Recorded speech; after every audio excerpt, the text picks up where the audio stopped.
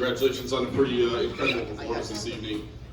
First off, I'm sure you thought about this moment and had plans, but it never in your mind could it have gone any better than it did tonight. I couldn't have written it up any better. I mean, it went really, really smooth. We had a really good camp. I think in the past I've had fights where, I had bad cardio or I wasn't in shape or whatever, but a lot of times it's, injuries pop up and things happen in camp, and I hate to go and be that guy that, I hurt my back, I hurt this, so I keep my mouth shut. You never hear me say anything after I've lost a fight, ever. I keep my mouth shut, I get back in the gym, and we had a really good camp. Everything went smooth. You've had a lot of great moments in your career, but it looked like there was maybe a little bit of emotion, when it came to an end there. So I guess can you talk about just what this moment meant to you and kind of what you were feeling in there? Yeah, I was definitely crying a little bit. I was trying to keep it in as best I could. I try not to be like all that emotional about stuff. I try to become a little stoic, but I was feeling, even like walking out before the fight, like I was like just like looking around, like we had all the people in the green shirts that we printed up in my gym. I was feeling it. Like it was like there's so much that went into this. It was more than usually here. We're like, it's been 8 or 10 weeks. It's been really, really hard. Literally since April of last year, I've been thinking about this. I was super unhappy with my last fight, and then since like November, I've literally been in fight camp since last November. Like I've just been crushing it, like just like sucking it up, not complaining to anyone, just doing what I'm supposed to do, just silently going and just like torturing myself, just getting ready. And then it finally was here. So it was nice that it went so smooth. And leading up to it, you're kind of non-committal on what your future would be. It sounded like in the immediate aftermath, you're still kind of non-committal about what your future will be. So I guess, how do you evaluate that? How do you make the decision? Is there a timeline? How do you decide if that was it or not? It's a great way to end it if that's the end, for sure. But we'll kind of see how things go. Like I'm always gonna be training. Whether it's, I'm cornering or helping out guys. We got a lot of guys that train in my gym now. Like Rob Font, Kelvin Cater, Mike Rodriguez, Peter Barrett. We got a lot of guys that are always getting for fights. So I'm in the gym with them all the time anyways, so we'll kind of see what happens. I'm not like, this is definitely the last fight, but I'm also not saying, I'm definitely gonna do it again. Tonight was a great night, but I think too many guys kind of fall in the trap of like, they have a good fight. Like, I'm back, here we go. Like this is, it's like, I'm not there. But we'll take it and we'll see what happens. Maybe I fight in 6 months, maybe I fight in a year, maybe I'm done. Who knows? I'm not gonna commit to anything. I'll stay in the east side of the pool. I don't mind. They come banging on my door every once in a while. No big deal. We'll see what happens. Hey Joe, over on your right. Yep. When we asked you in the lead up to this fight about your last performance in Boston, the Michael Johnson fight, you said not really on my mind, but now that this one you went out there and had this moment. Does it mean anything to you to have erased those demons, that this was your moment in the Garden? Oh yeah, for sure. I mean, every fight camp, I have my coaches going nuts. Like, my last sparring session was Saturday, and then the previous sparring session was like Tuesday or Wednesday. And like, I'm trying to work on new things during the sparring session, and they're like freaking out on me. Do the things you do well. So I'm like, we've been trying to work on all these new things, and like, nope, we want you to just go in and basically, we're too close to be working on new things. Like, get back in a fight. So like the first round, like I didn't necessarily win, and then the second and third I did great, and I was trying to work on new things, like even though it was a week and a half out from a fight. For the Michael Johnson fight, we were trying to work on things. Like I have a bad habit sometimes of like shelling up and taking punches and not returning quick enough. So we tried to work a lot that camp about me moving my head a little bit more and counter punching a little faster, and I tried to do that. And I moved my head and I came right back into a left hand, So it's like, it just set us on a really bad, tone for the rest of the fight. So it's just like, I'm always trying to get better. Like it's, sometimes it seems like, you're kind of, you plateaued a little bit, but I'm always trying to get better. It's just that sometimes things just don't go your way. So I think that was the big story with the Michael Johnson fight. So like, I wasn't worried that, I lost here last time. It's like, no, I tried something new and it didn't work out. And on the undercard, it wasn't your fight, but Randy Kostas went out there, got a big win. I'm sure you were watching from the back. Yep. What was that moment like for you as a coach? It was awesome. Randy's been training us for so long. Usually I'm in Randy's corner. I manage Randy too. I coach him. I wear a lot of hats with Randy. And I'm a training partner, a little bit of role model, I think sometimes because I've been there so long. So for me, it's like, traditionally we've never done well. We've had me and someone else on a card, we haven't done well. Like me and Joe Proctor both fought on the same card, we both lost. Me and Mike Rodriguez fought on the same card, we both lost. Me and my brother fought on the same card, we both lost. So I'm like, do we really want to fight in the same card as Randy? So for like 2 months, I've been trying to like just like completely like care as little as possible at Randy's fight, which sounds a little bit harsh, but I could not. I was trying to not get super emotionally invested, because now it's like, okay, I've had this like 14-month camp, 18-month camp, whatever it's been, and now like if Randy, I can't go and let his fight dictate how I'm gonna do mine. I have to completely try to separate myself. So I try to stay as relaxed as I could about it, and if you won, I'll feel super happy. If you lost, I would have been bummed, but I had to try to keep it in check. But I'm super proud of Randy. He did a great job. Joe, is that the loudest you ever heard a crowd cheer for you? It gets pretty loud, yeah. It's awesome fighting in Boston. When I fought Gabe Ruger the first time, I think he was like, I forget, UFC like 108 or something. They went crazy too, because like at one point I was behind him, like I picked him up and I slammed him on his head, and it was pretty loud. But it was crazy here today too. What was like really stuck out was before, like when they just announced me, like it got loud a little bit. I raised my arm, it got even louder. I raised both my arms, it got even louder again. Like it was pretty awesome. It's great to fight home. Absolutely. Also, when the fight hit the ground, we know you love your submissions. Were you looking for that? Would that have made you happier, or were you just as happy winning with ground and pound? I want whatever's going to end the fight fast. Yeah, whatever gets the ref to stop the fight, I'm 100% on board with. Like I like submissions, but I like ground and pound. I like TKOs. I like chokes. Like whatever gets the fight over without me going to the hospital, I'm a big fan of. I got in on the body lock, we're on our feet, and I started taking him out. I tried to like almost like, if you go back and watch it, I kind of jumped and I tried to land on his face with my shoulder a little bit, trying to knock him out on the takedown.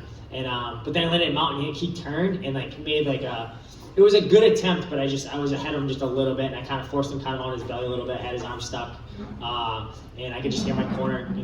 Joe Pomfret's like my coach, he's my partner in my gym, and his big advice is always don't lose position. You don't ever want, if you get in a good spot, you want to lean on people there. You don't want to like let them off. You don't want to let them off. So like don't lose position. So the entire corner just screaming, don't lose position. So I just stayed there and I started hitting him a couple shots, and he just made it worse and worse on himself. It's kind of a strange position, but I think you did the right thing, because if he would have turned, he would have had a rear naked choke, I imagine. Yeah, I don't know if he would have got a rear naked choke, but he was definitely stuck. He was stuck. I was on Reddit like last week, and I was watching someone post like a Ben Askren video, like he fought someone in the UFC, like some Russian, and he kind of got a similar position, and he kind of circled around to the back and just like was torturing the guy. So when I got in position, I'm like, oh, this is kind of like that Ben Askren thing. So I just hung there. He just kept good jiu-jitsu. Joe, all week long I spoke to all the fighters in New England, and I asked them the same question: what does Joe Lauzon mean to them? And every one of them couldn't praise you more. What does that mean to you to have that kind of respect from all your peers? It's great. I try to always do things the right way. That's like a big thing my dad always, talked about. Like sometimes it like seems like, I'm like, why are you spending so much time doing this thing that doesn't make any difference? It's something that's inconsequential. I was like, you never know when it's gonna matter. And we've kind of tried to do that like all the way since I was like started doing jiu-jitsu. I try to, I'm always trying to be friendly with everyone. I try to always help everyone out. Always, try to, help out any possible way I can. I try to just, be that guy that, I'm not trying to make enemies. I'm trying to just help out everyone. And I want to see everyone do well. All of our guys, that anyone that trains with us, I want to see them do well. Like, even if they're not my guy, they train with us once in a while, whatever, I want to see them do well. Anyone in this area, I want them to do well. And I'm not looking for anything. I think a lot of times people are like, oh, like, I'm going to help you out, but you're going to do something for me. And like, I don't want that. I literally want them just to do well.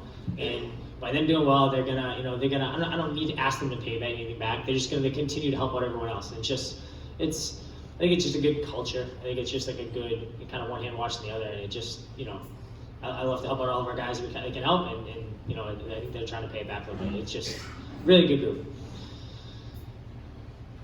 You went against a guy with nowhere near the amount of experience you have, the accomplishments you have in your hometown. But earlier this week, you spoke about how many people are doubting you. You even closed at almost a 2-1 underdog. What would you say to those doubters now that you show that, man, you still got it? I understand exactly where they're coming from. Like, I'm not like, oh, like, screw you or whatever. Like, I understand exactly what it is. I'm 35 years old. I've had a lot of fights in the UFC. Today was 27. Like, I've been doing this. I've been in the UFC since 2006. I've been around for a long time. I've had a lot of really quick fights like tonight where I've done well. Had a lot of really long fights where I did not end up so well. I ended up in the hospital and everything else. So I understand exactly what they're saying.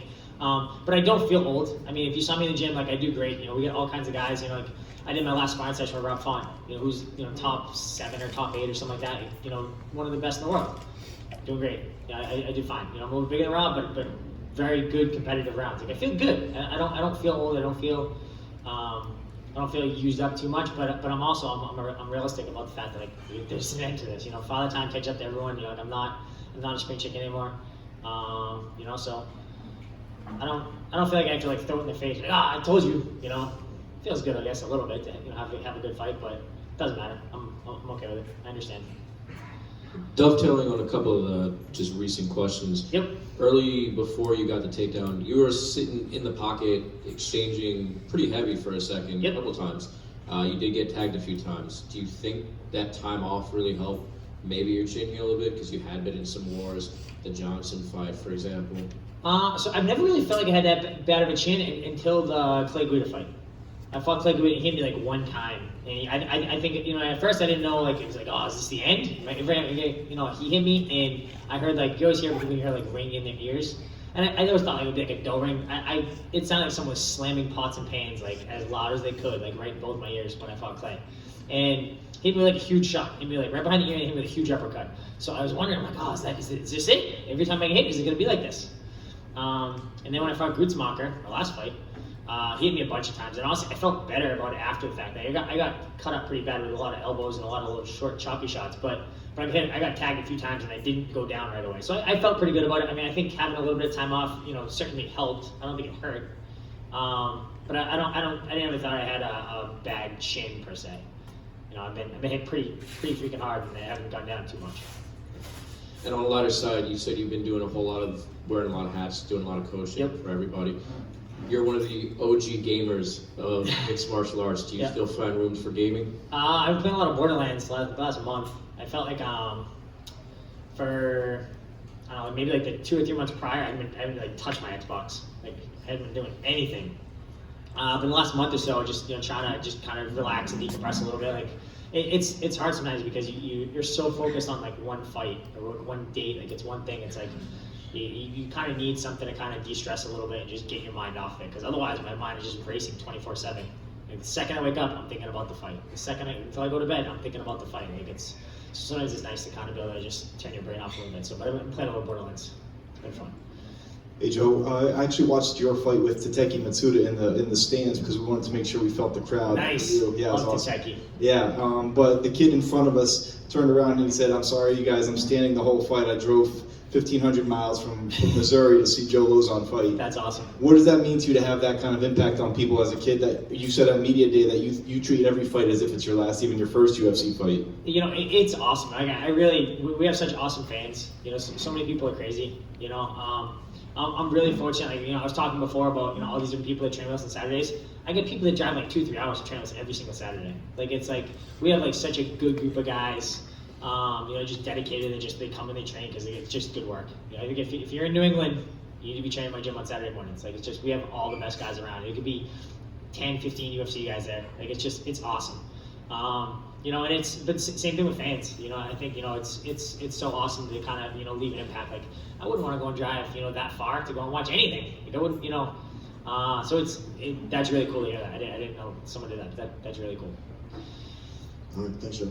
Cool. Thank you guys.